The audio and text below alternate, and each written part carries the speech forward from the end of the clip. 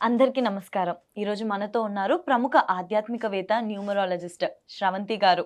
రాఖీ పౌర్ణమి గురించి మనకున్న సందేహాలన్నీ కూడా అడిగి మరిన్ని వివరాలు తెలుసుకుందాము. మనకున్న సందేహాలను నివృత్తి చేసుకుందాం. నమస్కారం అమ్మ. నమస్తే అమ్మా. సో రాఖీ పౌర్ణమి అయితే వచ్చేస్తుంది. దీని యొక్క విశిష్టత మీ మాటల్లో ఒకసారి చెప్తారా? రాఖీ పౌర్ణమి మనం చూసుకుంటే గనక చాలా వైశిష్ట్యమైన రోజుగా మనం చెప్పుకోవాలి. ఎందుకంటే అప్పుడే జంధ్యాల పౌర్ణిమ అని, హయగ్రీవ జయంతి, గాయత్రి అమ్మవారి జయంతి ఇవన్నీ కూడా శ్రావణ పౌర్ణమి రోజు అనమాట. శ్రవణ నక్షత్రం దగ్గర చంద్రుడి దగ్గరగా ఉన్నప్పుడు కాబట్టి శ్రావణ మాసము అని అంటారు. మీరు చూసుకుంటే కనుక శ్రవణ నక్షత్రం యొక్క విశిష్టత ఏంటి అని అంటే, ఎవరైనా ఏదైనా చెప్తే వినడం. ఇప్పుడు శ్రవణ నక్షత్రం వాళ్ళు ఎవరైనా ఉన్నారనుకోండి, వాళ్ళు అన్ని వింటారు. చేస్తారా చేయరా అనేది తర్వాత. చాలా గుడ్ లిజనర్స్ అనమాట. అట్లాగే నాలెడ్జ్ బాగా ఉంటుంది వాళ్ళకి. శ్రవణ నక్షత్రం వాళ్ళకి they have got immense knowledge ఉంటుంది అనమాట. అంటే ఏంటంటే ఈ నెల అంతా కూడా ఆ నక్షత్ర ప్రభావం మన మీద ఎవరైనా ఏదైనా చెప్తే వినడం అనేది.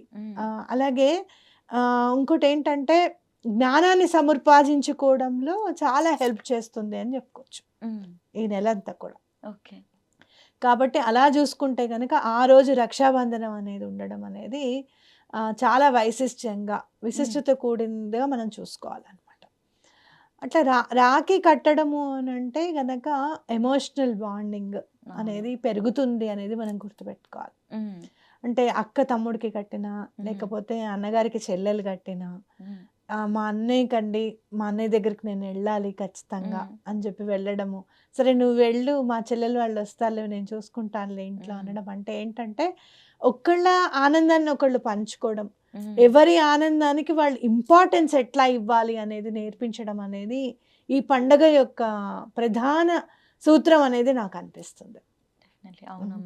ఎక్కడ లేని వాళ్ళందరూ కూడా ఆ రోజు కలుసుకోవడము చక్కగా. అట్లాగే బంధం అనేది అది కేవలం అంటే మన తల్లిదండ్రులకైనా, లేకపోతే మన బ్లడ్ రిలేషన్ అనేది కాకుండా, వాళ్ళు నాకు పక్క వాళ్ళండి, చాలా పరిచయం చిన్నప్పటి నుంచి. తమ్ముడు లేని లోటు నాకు తీర్చాడు, లేకపోతే అన్నగారు లేని లోటు నాకు తీర్చాడు, మేము రాఖీ కడతామని చెప్పుకుంటూ ఉంటాం. అవునా కాదా? అంటే బంధం అనేది వెల్లివిరియడం అనేది ఈ పండగ యొక్క ప్రధాన సూత్రం అనేది నాకు అనిపిస్తుంది. నాకు చాలా ఇష్టమైన పండుగ. అవును. చక్కగా మన ఇంట్లో ఉన్న తమ్ముడికి కానీ, అన్నవి కానివ్వండి, కాలనీలో ఉండే అన్న వరుస మనం అన్న అని ఫీల్ అయ్యి ఉంటుంది కదా ఫీలింగ్, వాళ్ళకి కట్టడము చాలా బాగా అనిపిస్తుంది అసలు ఈ పండుగ యొక్క ఫీలింగ్. అమ్మ, కొంతమంది అంటున్నారు, నాకు అసలు తెలీదు, నా చిన్నప్పటి నుంచి రాఖీ మన పండుగ అన్నట్లే మా ఇంట్లో అలా ఉంది. ఆ విధంగానే నేను మా తమ్ముడికి కానివ్వండి, చుట్టుపక్కల నాకు తమ్ముడు అనిపించే వాళ్ళకి ఇలా కడుతూ ఉంటాను. ఈ మధ్య కాలంలో వింటున్న మాట ఏంటంటే, అసలు రాఖీ మన పండుగే కాదు, వేరే పండుగ తీసుకొని వచ్చి మనం ఈ విధంగా జరుపుకుంటున్నాము అని అంటున్నారు. దీని పట్ల మీ అభిప్రాయం ఏంటమ్మా? అసలు ఒకళ్ళు చేసే పూజలకు కానివ్వండి, ఒకళ్ళు ఫాలో చేసే ఇష్టమైన పండుగల్ని కానివ్వండి, వేలెత్తి చూపడం అనేది ఈ మధ్య ఫ్యాషన్ అయిపోయిందేమో అని నాకు అనిపిస్తుంది. నాకు సాయిబాబా ఇష్టం, నువ్వు సాయిబాబాని ఎందుకు పూజిస్తావు? సాయిబాబా అంటే ఒక గురువునికి కూడా మతాన్ని అంటగట్టేంత రేంజ్లో ఉంటున్నారు అనమాట జనాలు ఇప్పుడు. అర్థమైందా? ఆయనను నువ్వు గురువుగా యాక్సెప్ట్ చేయాలి ఒకరిని అని అంటే, వాళ్ళు సనాతన ధర్మంలో అలానే ఉండి నీకు ఇష్టమైన వేషధారణలో ఉంటే తప్పించి నువ్వు నమ్మలేని పరిస్థితుల్లో ఉన్నావు. మనది కాని దేశానికి ఎందుకు వెళ్ళి సంపాదిస్తున్నట్టు? అవును కదా. అక్కడికి వెళ్ళి ఎవరైతే చెప్తున్నారో వాళ్ళ ఇళ్లలోనే ఉంటారు వాళ్ళ పిల్లలు. వీళ్ళు అక్కడికి వెళ్ళి చదవడము, వాళ్ళు అక్కడికి వెళ్ళి సంపాదించుకోవడము, అవునా కాదా? అలాంటప్పుడు నీకది అది ఎందుకు అని అంటే బ్రెడ్ విన్నింగ్ అంటారు మళ్ళీ. అవునా కాదా? అది బ్రెడ్ విన్నింగ్ అయితే, ఇది నువ్వు ఎమోషనల్ బాండింగ్ విన్నింగ్. అది తెచ్చుకోవడంలో తప్పేముంది? అవునా కాదా?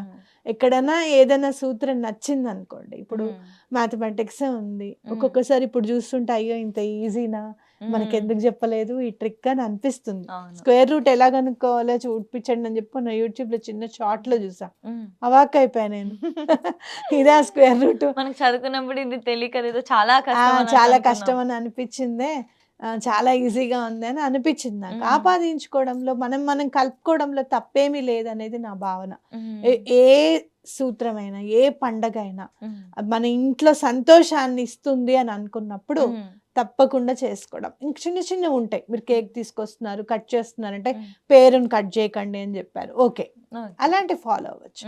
లేదు మనము దీపం వెలిగించడమే కానీ ఆర్పడం కాదని చాగంటి గారు చెప్పారు చూడు. ఆయన చెప్పిన తర్వాత చాలా మంది ఆ క్యాండిల్స్ ని ఊదడం అనేది మా తగ్గించేసుకున్నారు. ఇంట్లోనే మా అమ్మ చేపించడం మానేసింది అలా అవునా వద్దు కదా? అని చెప్పి. అది కాబట్టి చాలా నిజం అనిపించింది. నిజంగా మన సంప్రదాయం ప్రకారం వెలిగించడమే గానీ ఆర్పడం లేదు మన కాబట్టి. సంప్రదాయంలో ఏం చెప్పారు? ఎవరు ఉన్నా గానీ అన్నా చెల్లెళ్ళు చక్కగా ఉండండి, అక్క తమ్ముళ్ళు చక్కగా ఉండండి.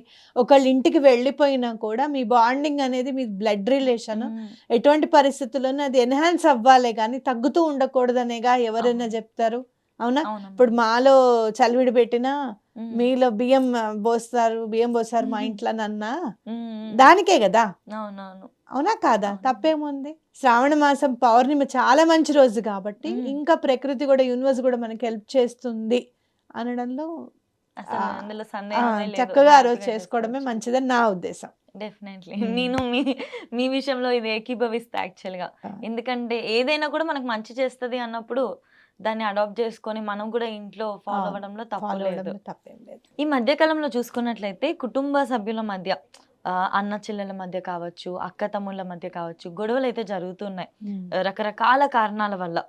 అయితే ఇలాంటి గొడవలు ఏవైతే ఉన్నాయో అవి రాఖీ పట్ల ఎటువంటి ప్రభావం చూపిస్తుందంటారు?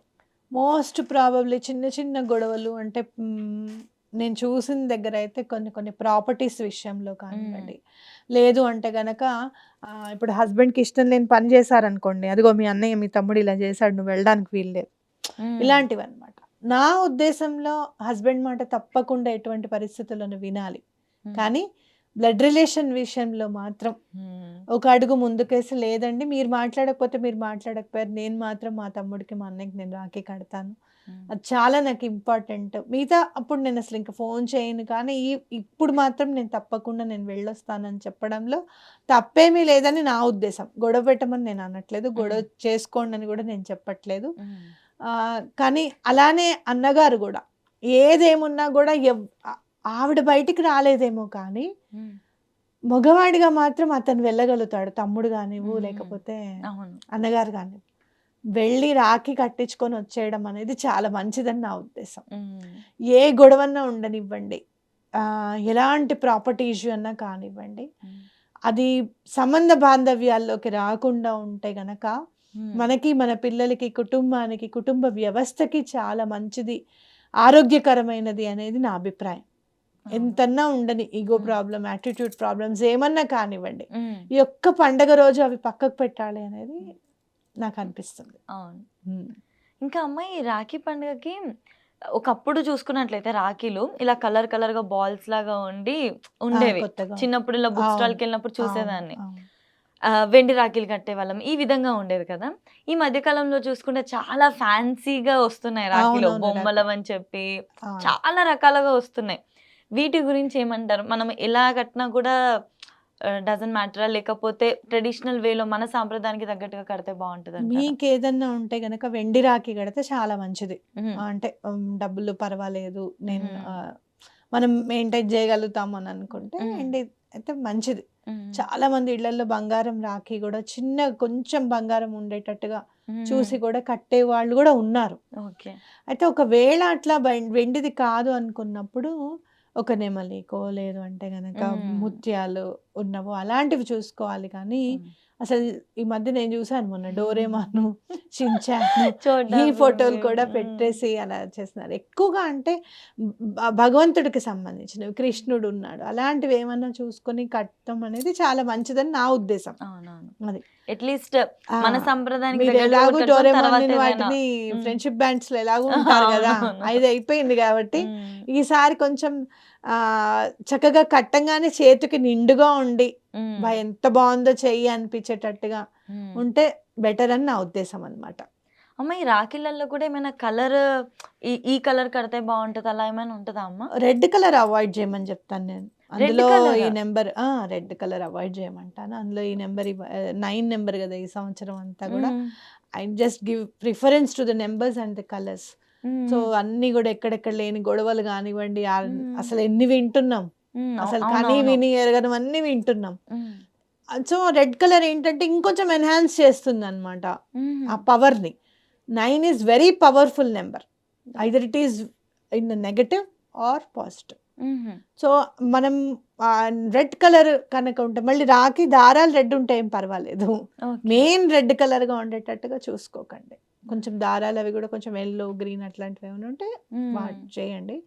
అయితే అదేంటంటే నెగటివ్ ఎనర్జీని ఎన్హాన్స్ చేస్తుంది ఆ రెడ్ అనేది మనం చూసుకోవాలి. అందులో వచ్చేది సాటర్డే అస్సలు రెడ్ కలర్ని ఎక్కువగా కట్టడం అనేది కరెక్ట్ కాదు. శని కుజల కలయిక అంటే సాటర్న్ మార్స్ కలిస్తే ఏమైనా చేయగలుగుతారు అనమాట. Both are very powerful planets in a very different way. కాబట్టి మనం రెడ్ కలర్ కట్టకుండా ఉండడం అనేది బెటర్. మనం ఈ మధ్య చూసుకున్నట్లయితే ఏ షాప్ లో రెడ్ ఎక్కువగా కనిపిస్తున్నాయి. ఎన్నో ఉంటాయి పట్టు చీరలు రెడ్ మీద, అబ్బా ఎంత ఇలా కళ్ళిలా వెళ్ళిపోతాయి. ఎల్లో కలర్ ఉంది, దానికి రెడ్ బార్డర్ ఉందంటే అబ్బా ఉంటే ఉందిలే అని చెప్పి తీసుకుంటాం కదా. అయితే కొంచెం మీరు ఎన్హాన్స్ చేసుకోవడం, కొంచెం ముత్యాల కలర్ ఉన్నవి అట్లాంటివి అయితే బెటర్ గా ఉంటుంది. చాలా థ్యాంక్స్ అమ్మా. అసలు రాఖీ పౌర్ణమిలో ఈసారి మనం మాట్లాడుకుంది అయితే ఏమంటారు, కంప్లీట్ గా సాంప్రదాయానికే కాకుండా ఇటు ఎమోషనల్ బాండింగ్ లాంటి థింగ్స్ గురించి, ఈ ఫ్యామిలీ వ్యవస్థ, ఈ కుటుంబ వ్యవస్థ గురించి కానీ మనం ఏ విధంగా అయితే మాట్లాడుకున్నామో చాలా బాగా అనిపించింది. ఎక్కడున్నా కూడా, ఎవరు ఏ ప్లేస్ లో ఉన్నా కూడా, ఈ ఒక్క రోజైనా కూడా సిబ్లింగ్స్, అన్న తమ్ముళ్ళు, అక్క చెల్లెళ్ళు, అన్న చెల్లెళ్ళు అందరూ ఒకసారి కలుసుకునే ఒక మూమెంట్ లాగా అనుకోవచ్చు. డెఫినెట్లీ. ధన్యవాదాలమ్మా.